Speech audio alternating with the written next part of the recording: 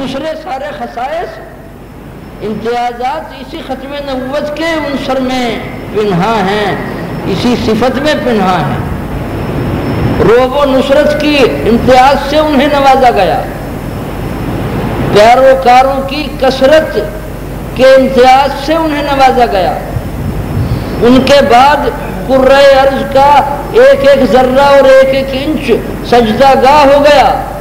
پہلے بس کوئی خاص جگہ اور خاص چار دیواری کے اندر خاص اشیاء اور خاص رسوم اور ساز اور خدا خبر کیا کیا، اتنی قیدیں معبود کی عبادت کے لیے، عابد کی عابدیت اور عبودیت کے اظہار کے لیے۔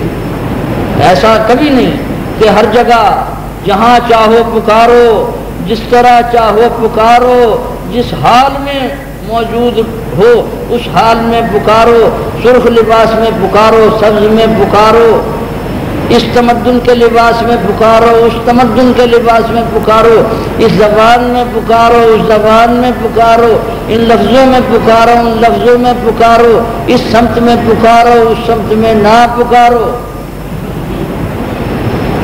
ساری قیود ختم ہو گئی۔ خاتم النبیین اور رحمت للعالمین کا مطلب ہمیں کیا سمجھ آئے؟ ہم نے تو اپنے نبی کی نبوت کی قدر ہی نہیں کی۔ ان کے آنے سے ہمیں کیا ملا اور قیامت تک نسل انسانی کو کیا ملا؟ قرآن شریف کا معجزہ ان کے معجزوں میں کا سب سے بڑا دائمی معجزہ۔ ہر نبی کو جتنے جیسے معجزے بھی ملے ہیں، ہر نبی کے معجزوں کی گنتی اور ان کے معجزوں کی گنتی سے بھی کیا حاصل ہوگا؟ بھائی ایک ان کا معجزہ دائمی معجزہ، اور ہر نبی کا ہر معجزہ اس وقت میں اور اس جگہ میں معجزہ ہو گیا، ساتھ کے ساتھ ختم ہو گیا۔ ہمیشہ ہمیشہ رہنے والا معجزہ پوری شان سے اور پوری قوت سے اور پوری رعنائی سے اور پوری کشش سے اور پوری اثر آفرینی سے اور پورے نتائج آفرینی سے قیامت تک کے لیے۔ اور اس طرح کہ اب یہ مجال آبلا پائی کی بات ہے، ذرا چلیں، دو چار کانٹے چبھ جائیں گے رہ گزر میں، اس سے نہ ڈریں۔ اگر کانٹوں کے چبھنے سے ڈرتے ہیں تو لوٹ جائیں۔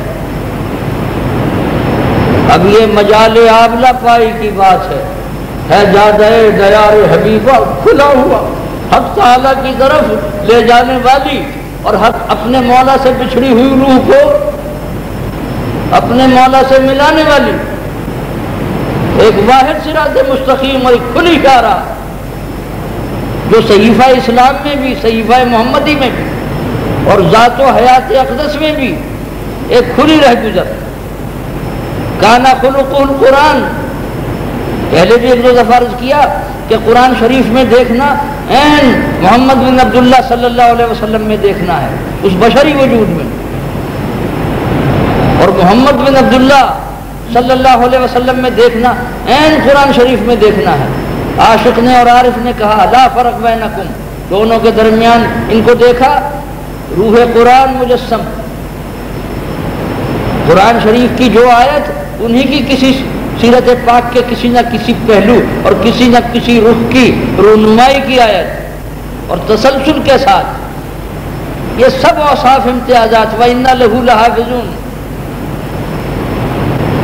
ترمذی شریف میں جو معجزہ قرآنی کی بات کی نا، حضور صلی اللہ علیہ وسلم کی ایک حدیث ہے کہ ہر نبی کو جو معجزہ دیا گیا اس معجزے کے متناسب امتی اسے ملے۔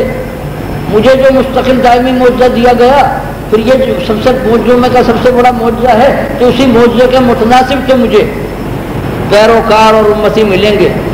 دنیا کا استغنا ایک وصف اور امتیاز، تو کوہ احد سونے کا پہاڑ بن کے چلا کرے؟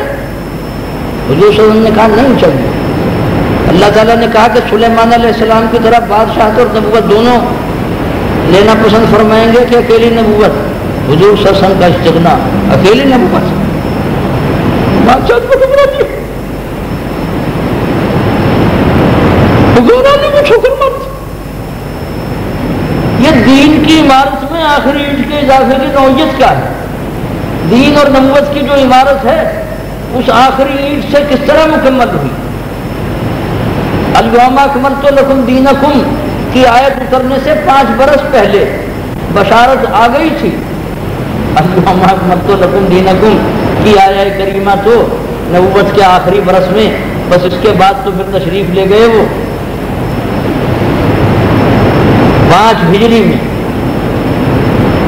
5 برس پہلے آیت آ چکی سورہ احزاب میں، وہ پڑھ کے اجازت چاہوں گا کہ ما کان محمد، یہ ان کی عظمت بتانے کے لیے، ما کان محمد ابا احد من رجالکم، کہ تم میں سے کسی ایک انسان کے بھی یہ باپ نہیں ہیں.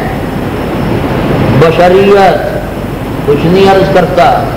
اس ما کان محمد ابا احد من رجالکم پر بھی غور کریں کہ تم میں سے کسی کے باپ نہیں ہیں، حالانکہ ان کی ازواج مطہرات امہات المومنین ہیں. لیکن پھر کہا جا رہا ہے ما کان محمد ابا احد من رجالکم.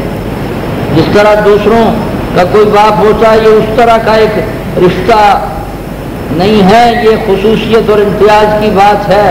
نہ تو بس ان کی شناخت زمینی اور تاریخی شناخت نہیں، دنیاوی اور حیاتیاتی شناخت نہیں. اتنا تو بے اختیار اشارہ کروں گا ہی.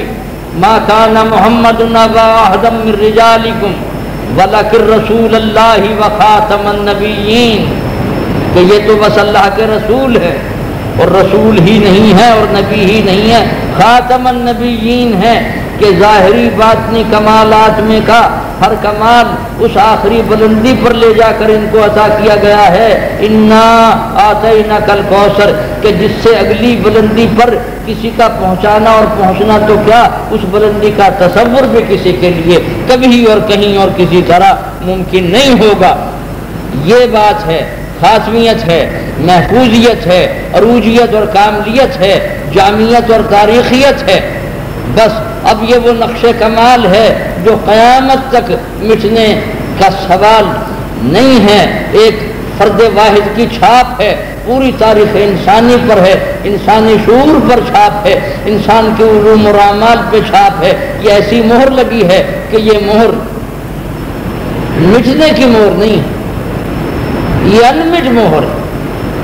جی کسی کے مٹائے زمانوں کے مٹانے سے وقت اس پر اثر انداز نہیں، زمانے اس پر اثر انداز نہیں. کوئی ماحول، کوئی تہذیب، کوئی معاشرہ، کوئی سلطنت، کوئی مملکت، کسی کے کسی طرح کے وسائل ایک پرچھائی بھی نہیں اس پر پڑ سکتی ہے ان کی.